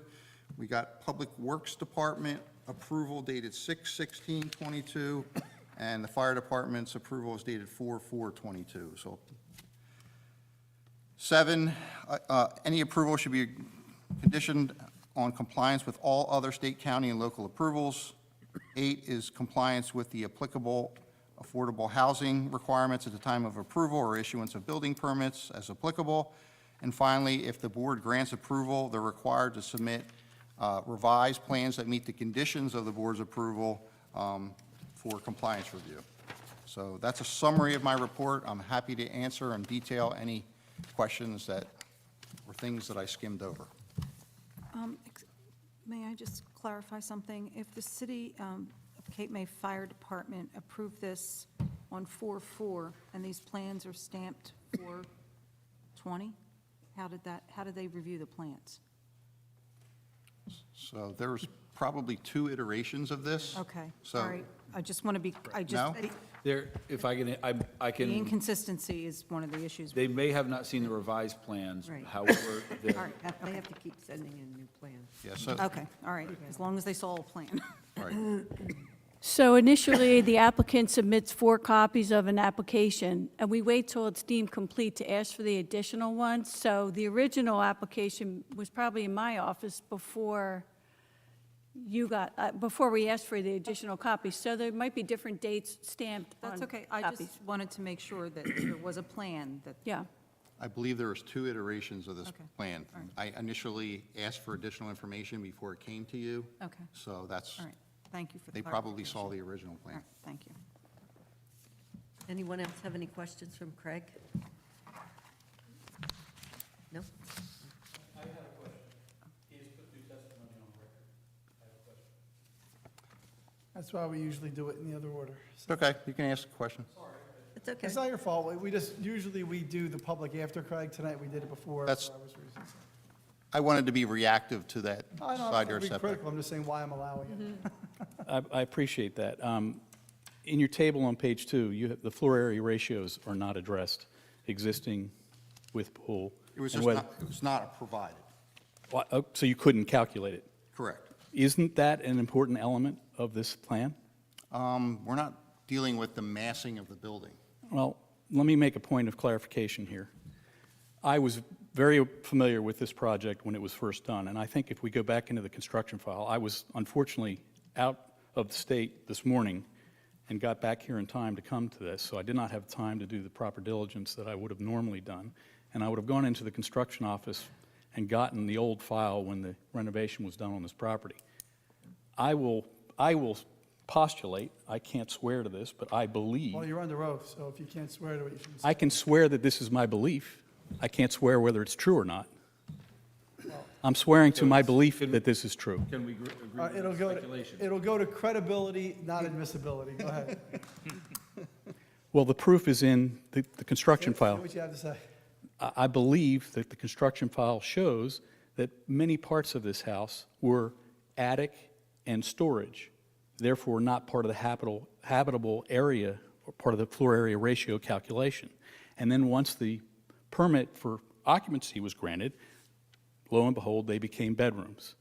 The house that Mr. Valentine referred to on Maryland Avenue behind my other house on New York Avenue did this exact same thing. The 3rd floor all of a sudden became bedrooms, when on the original plan, when it was submitted, it showed attic. And that gets it through the construction office. I have an This- attic, but I didn't, sorry, I have I didn't to- say anything about floor area ratio, so I don't know why. Because it's not addressed in here, and it Okay. seems to be an important element. And The Floor applicant- area ratio, excuse me. No, No, I need to chime in now. This exceeds the scope of Mr. Hurlis's testimony. It's It's not related to his testimony. It is related to his testimony. It's speculative, and It's completely pertinent to his testimony. It's in the table, and it says quite clearly, information required. Where is the information? And my question is, how can this board actually hear on this new variance application when the prior variance is already non-conforming? And the point is, part of the reason it's non-conforming is the floor area ratio exceeds the conformance. Objection. Again, I don't want to keep going back and forth. This is all speculative. And Hold on, okay, that's enough. Floor area ratio has nothing to do with this application, so let's move on to the next thing. There's no change to the structure. It's existing condition. There's other reasons to reject it, but that's not one of them, so let's focus on the things that matter in terms of rejecting or approving it. That's a distraction. It's okay, it's not that you've done anything wrong, I'm just saying that. I've gotten my point on the record, that's all I Yeah, needed. It's fine. Good. I'm satisfied, thank you very much. Any more discussion before Mr. King makes our, Actually, you're going to let him summarize if you'd like. Well, and before I summarize, may I request just a couple minutes to speak with my client? Sure. Thank you. We don't need much, just 3 to 5 minutes. Okay. Thank you. Chairman's discretion. Anybody want to take a break? You need a, Can we turn the microphones off because we are still on the live stream? The live stream. Please turn off your microphone.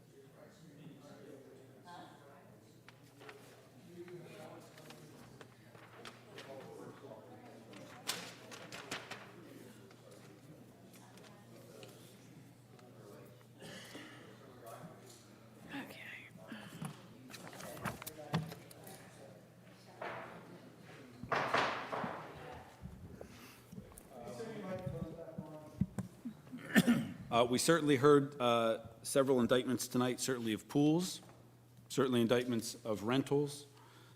We've heard an allegation that the impervious was being increased, and we've heard the allegation that this home that Mr. Valentine purchased with the zoning conformance certificate from the city is somehow illegal. However, we heard a couple things that we want to try to address.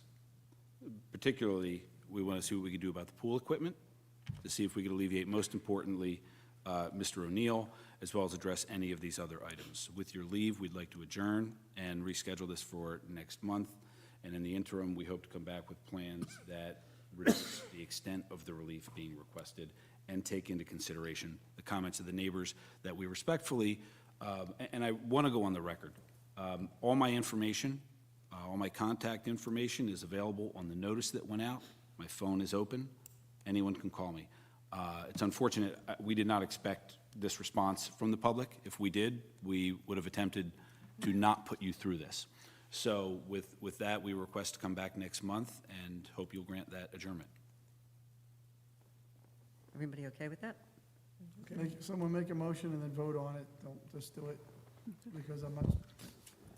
Well- The planning board rejected an adjournment a couple months ago, so I don't take it for granted anymore. So you gotta, you gotta do it right, so Do discuss you- it, make a motion, and then vote. Do you want to characterize the motion, and then I will just, The motion is to adjourn, and, you know, it's up to you whether you hear from the objectors on their position on the adjournment, because that is a relevant consideration in granting a adjournment, because they're here tonight to have a decision, and they don't have experts, but they're, you know, they have a say in that too, so you may want to look on that or not, that's up to you, and then make a motion, and then well, I'll make the motion to adjourn, and certainly the public has a right, they have a right to come back when we rehear this thing again at the next one.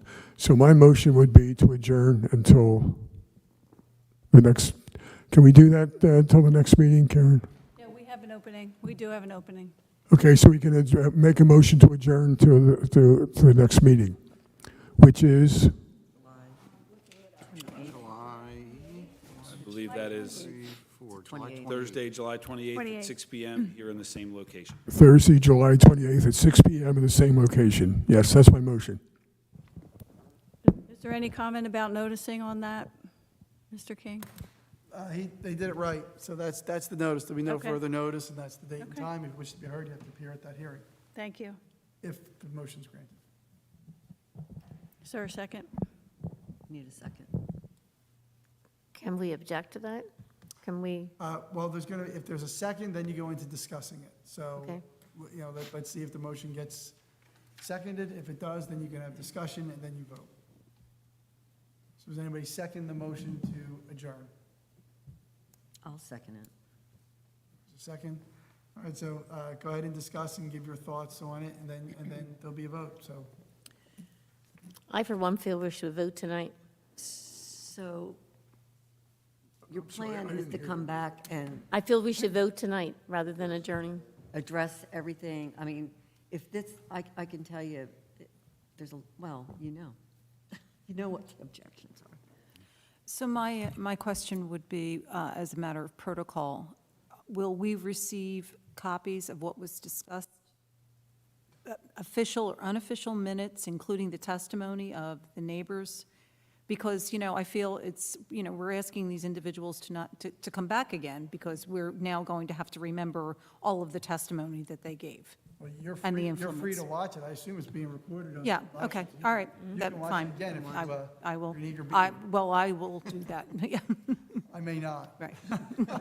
Okay, I just wanted to be clear on, we'll I start think the afresh. attorney made a good decision for us to come back. I think that is necessary. It gives us time to think. And in all fairness to the person who has applied for this, and also to the people who spoke, I think, in great depth and certainly passion, that I think we should do that.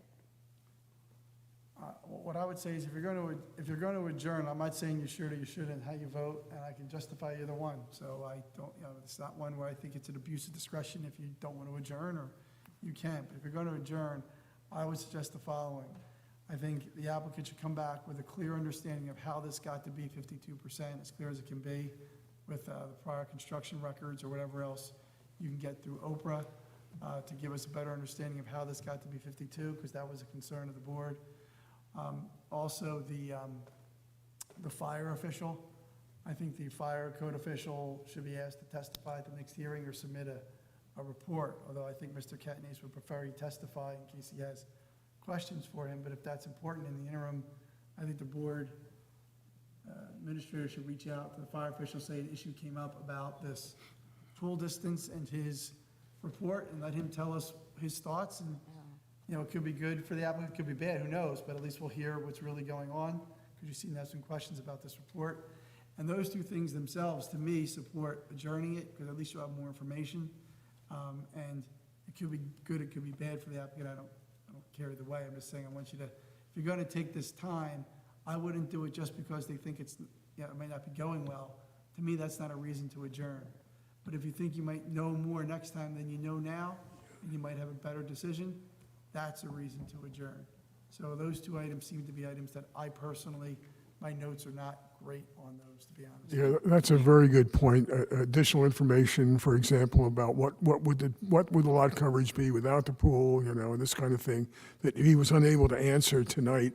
And I agree with our counsel that the reason to adjourn is to get more information, not because we're tired or because we want to dismiss it. It's because we need more information. I think you need to address what the neighbors' concerns about the sound. Right. I think Yeah, that's a major issue. that- We anticipate you seeing a revised set of plans Okay. when we convene again. We, as this board, always listen very carefully to the neighbors. It's very, very important to us. So it's an important thing for you to, So I'm sorry. I see you, hold on. I'm sorry. I just wanted to add to that, if you're going to be talking about relocating pool equipment or using some type of a cover, the specifications on that cover need to be included in the plan. But I would encourage you, given what we've heard from the neighbors, to look for an alternate space, even at the sacrifice of something else. I think that goes without saying. Okay. A member of the public wants to speak, Madam Chair. Are you inclined to hear that? So I just have a question. You need to come to the mic, you got to identify yourself and say your property address, or you can send your husband up, whichever, one of the two. Ma'am, you swear to tell the truth, the whole truth, nothing but the truth, so help you God? I do. Can you state your name and spell it? Laura O'Neill, capital N-E-I-L-L, 1310 Maryland Avenue. I would just ask you to try to focus your testimony on either an objection to the adjournment or information you think is needed for the next hearing, okay? It's just a question about, should you decide to adjourn the next meeting, they come back with changes, does the public have a chance to have testimony, statement regarding the changes Absolutely. at the next one? Okay. And any changes they make have to be available for public inspection 10 days before the meeting, Okay, that's all I wanted to know. okay? Yep, good, thank you. Thank you. all right, we have to take a vote on the motion on the floor. Okay, you ready for the vote? Yes. Okay. Well, Motion by Mr. Murray, seconded by Mrs. Hutchinson. Mrs. Werner? No. Ms. Hessel? I'm sorry, read that again. So the motion is to adjourn to the July 28th meeting, 6 PM. Motion by Mr. Murray, seconded by Mrs. Hutchinson. So you say yes? Thank you. Mr. Ledwin? No. Mrs. Notch? No. Mr. Walsh? No. Mr. Murray? Yes. Mrs. Hutchinson? yes. That's 4 noes, 3 yeses. We're not Oh, asking. there was 3 yeses? Yes. So it's 4 noes and 3 yeses. All right, well, then we continue the hearing. Well, then my closing. So,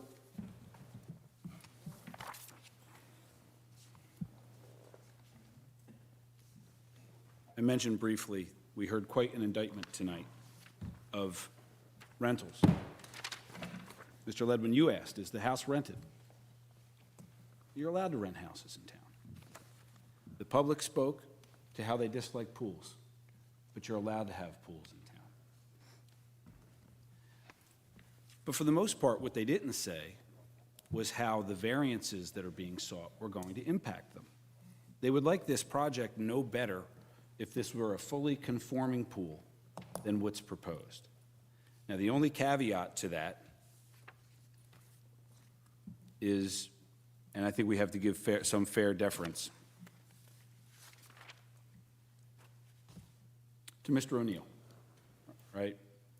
Now, we don't think a variance is required for the pool equipment, and that's one of the issues that you'll have to decide whether it is or whether it isn't. We think that pool equipment conforms. But everyone else, like I said, they don't like pools and they don't like rentals. But again, they're what exist and they're what's permitted. Now, the actual variance relief that is being sought is either minimal in this application or it is being reduced. The setback from the building to the pool, as we've discussed, this plan has been endorsed by your fire official. There's no problem with fire access. You've heard the testimony that it's only 1 story. and it doesn't impact the neighbors because it was placed there in order to maintain the side and rear yard setbacks. The variance relief is minor. It really is minor. Now, the impervious coverage has been a great topic of debate. However, it's being reduced from what's there. And you've heard the testimony that the owner purchased the property 2 years ago. He can't testify to what was there in prior years. He doesn't have that information, but he did testify that when he bought it, he got a zoning compliance certificate from the city. So he did his best in good faith to figure that out. Again, the patio variance is, to the extent it's a variance, is minor and de minimis. And that's the extent of the variances that are required. And this is all part, pursuant to the testimony, of the owner's desire to use this for himself and eliminate the use that so many neighbors saw fit to complain about. So you've heard the testimony, but again, they really don't go much to the variances. It's unfortunate that the applicant is not being provided the opportunity to amend these plans. And I suppose, based on the vote that we've heard on the adjournment, that the inclination of this board may be to deny it, and that'll expose the applicant to the cost of reapplying with a new set of plans, and we'll come back and do it then if we need to.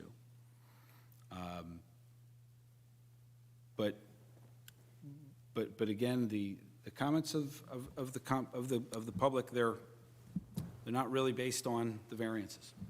That's our closing. Okay, for a couple of comments, preliminary, then, I try to give you an idea about the motion that might make sense, and I have a couple questions for Mr. Catanese, too.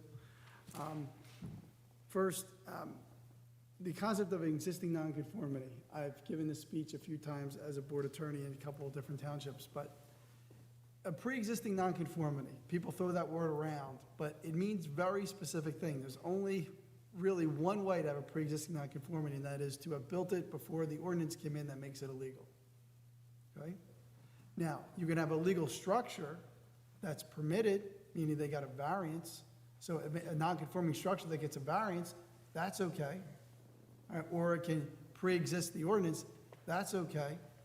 But what you can't do is come in and say, well, there's already X here, so therefore it's a pre-existing non-conforming structure. Well, no, the applicant has the burden of proof to show that it either pre-existed the ordinance or that it was permitted by a prior variance. That makes it a legal structure, okay? So one of the challenges in this application is you're presented with something that has 52% lot coverage, but there really isn't clearly established on the record how that came to be. Whether it pre-existed the ordinance about lot coverage, or if it was the subject of a prior variance. If it's not one of those two things, then it is essentially an illegal condition, a non-conforming condition. So when you're weighing the reduction of that, right, which is being reduced 2 or 3%, whatever it is, because of the paver issue, that's a factor in the overall analysis, in my view. If this were a permitted, if they had a variance for 52%, and they came and said, we got a variance for 52%, and we're gonna make that better. It could stay there forever, it's perfectly legal, but we're gonna make that better, that would be a really important thing.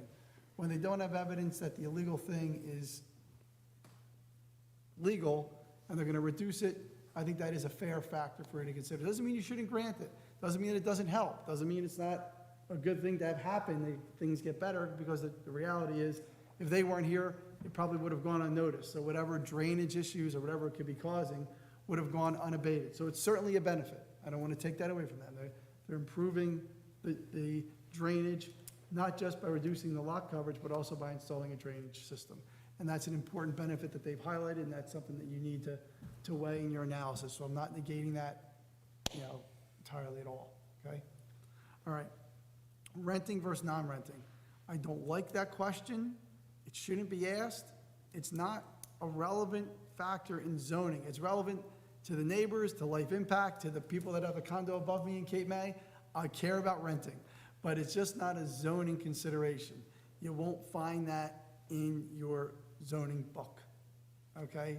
It's a residence. How they use it is their prerogative. There's testimony that this was only purchased 2 years ago, and therefore the applicant can't testify to what was there before.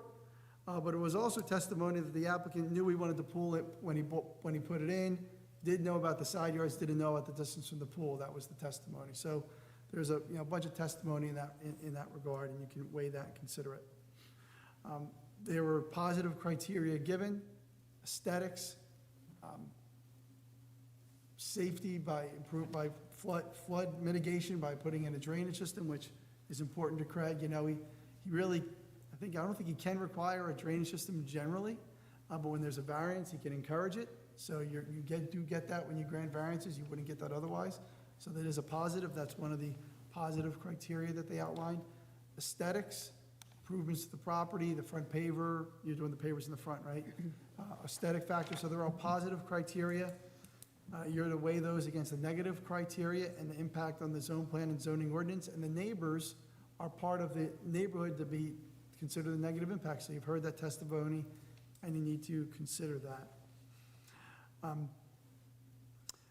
The question I had from Mr. Catanese was, you're asking the board to consider this application under this pool distance issue under the C1 standard.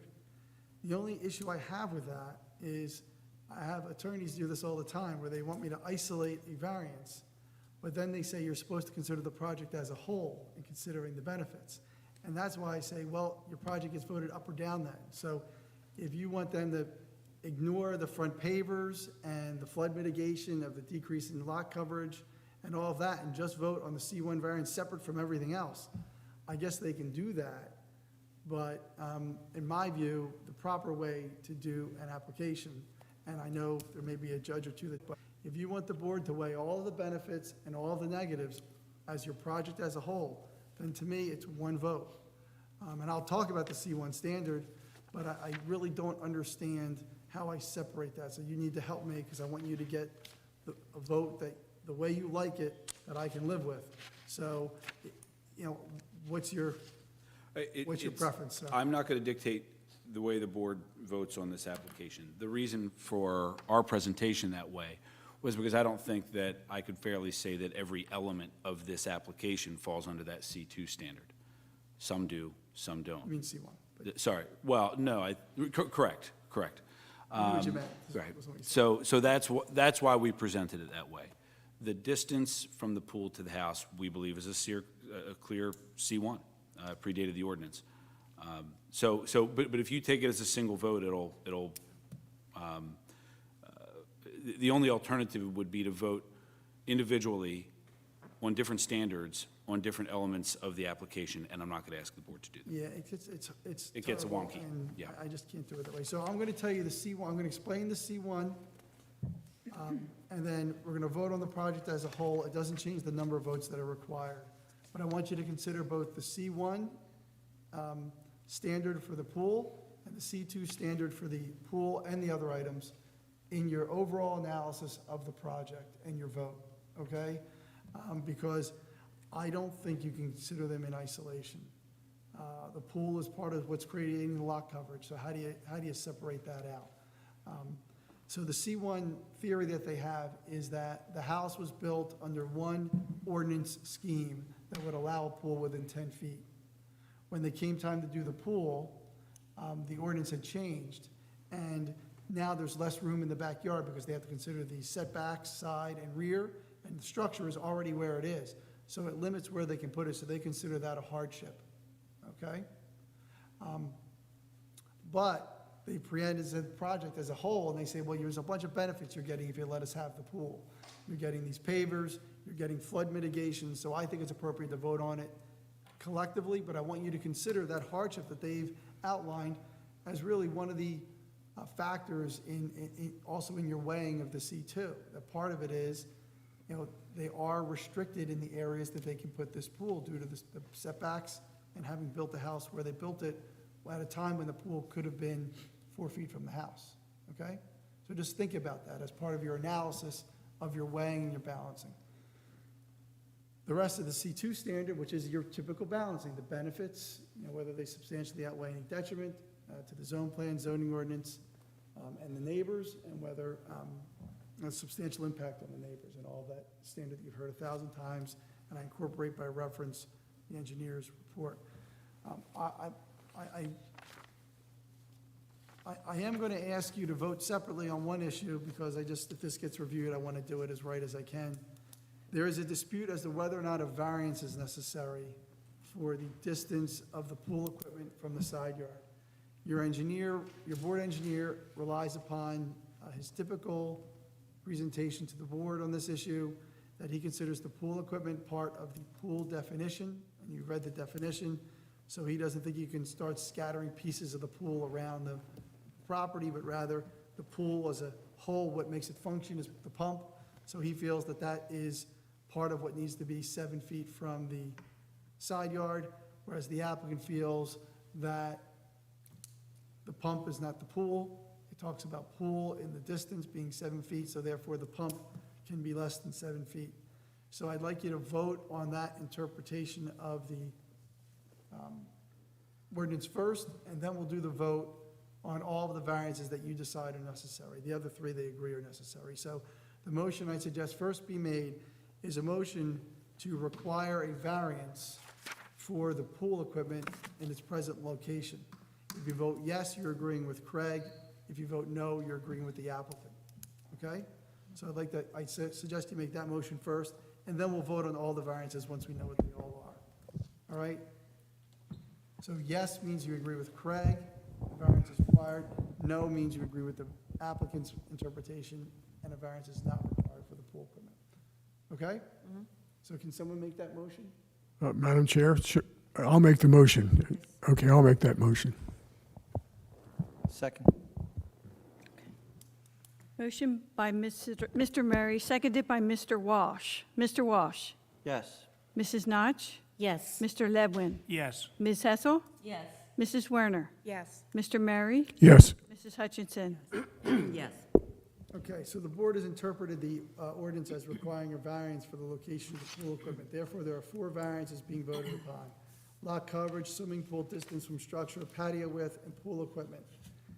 Number 2, which is the swimming pool, is being asked for under the C1 and C2 variance. So I'd ask you to consider those standards as part of your analysis of the project as a whole. But we're going to vote on the project as a whole because it's been presented in a holistic way, and has asked you to consider the good and bad of the entire project as you vote. We've gone over those things, so the motion to be made would be a motion to grant the 4 variances requested by the applicant, subject to the conditions outlined by the board engineer 1 through 9 in the engineer's presentation and report. The motion is always in the affirmative, but how you vote is up to you. So the motion is to grant it. If you vote yes, it's granted. If you vote no, it's denied. Okay? Any questions from anyone, including the applicant? No? Okay, so someone will consider making that motion. Go ahead, Mr. Murray. Okay, I'll make the motion as articulated by our counsel. I'll second. Okay, motion by Mr. Murray, seconded by Mrs. Notch. Mrs. Werner. No. Ms. Hessel. Yes. Mr. Ledwin. No. Mrs. Notch. No. Mr. Walsh. No.